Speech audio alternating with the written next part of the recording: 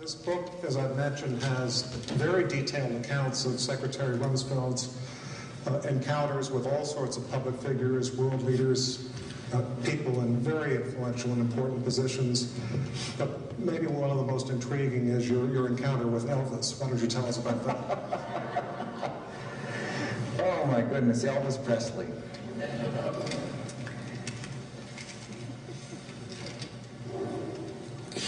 A lot of his songs were really not my thing.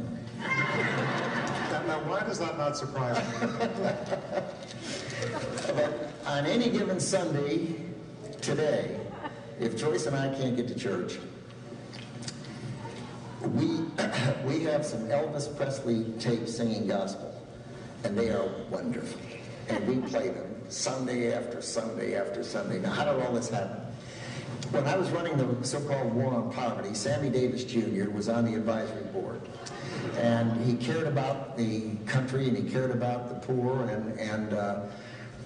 was out in Las Vegas giving a speech, and it happened to coincide with his 100th performance at one of those casinos, the Sands or something.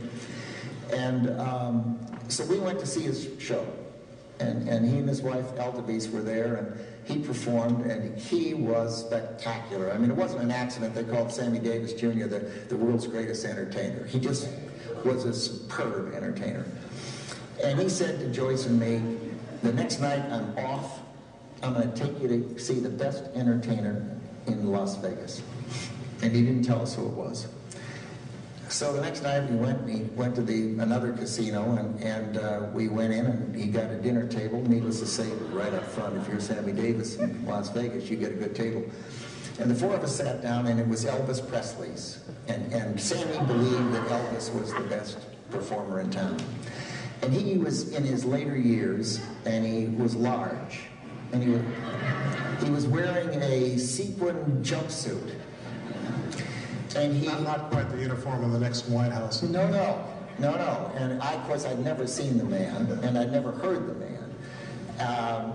And he had these, what color is it, chartreuse? Red, pink, scarlet. He had scarlet scarves, and he would wipe his face. He'd stand up there and sing. And it was fantastic. He'd sing the most ridiculous thing in the world, and people would cheer and yell and love it. And I'd sit there and go like this, oh my God. Then he would sing a ballad, and it was absolutely beautiful. I mean, this man had a voice that was spectacular.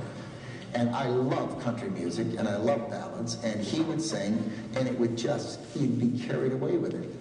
Then he'd take the scarf, wipe his face, the sweat off, and throw it out in the crowd, and everyone would scream.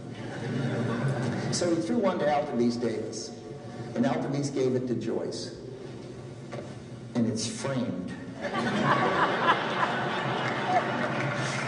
But what happened was, afterwards, Sammy said to Joyce and me, come on, we're going to go back into the dressing room. Well, now, you know, I'm not the type who hangs around Las Vegas dressing rooms. And you go in this place, and it's large, and here are all these people. Sammy is getting dressed, and he's walking around, and all of the showgirls are there, and there are very attractive women with trays selling cigarettes and selling Western jewelry and turquoise and what have you, and all the hangers-ons and the staffs and everyone, and they're all milling around, and Joyce gets carried away, and she's talking to somebody, and she couldn't find me. And she finally looked around the room, and way off in the corner, Elvis Presley had me cornered. I was against the corner, and he's big, and he was like this, and I was kind of hidden right behind him. He was talking about the United States Army. If you remember, there was a draft during that period, and some of the people did not go in the draft.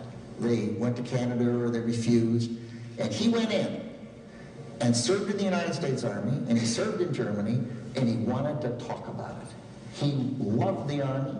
He valued his time serving, and he was sitting there going back and forth with me about this and that and the other thing, and I just found it fascinating that here was this man who a minute ago had been up there wiping the sweat off his face and throwing these things, and everyone's screaming, and here were all these gorgeous women walking around this dressing room, and he was standing there asking me question after question about the United States Army. It says a lot for the man.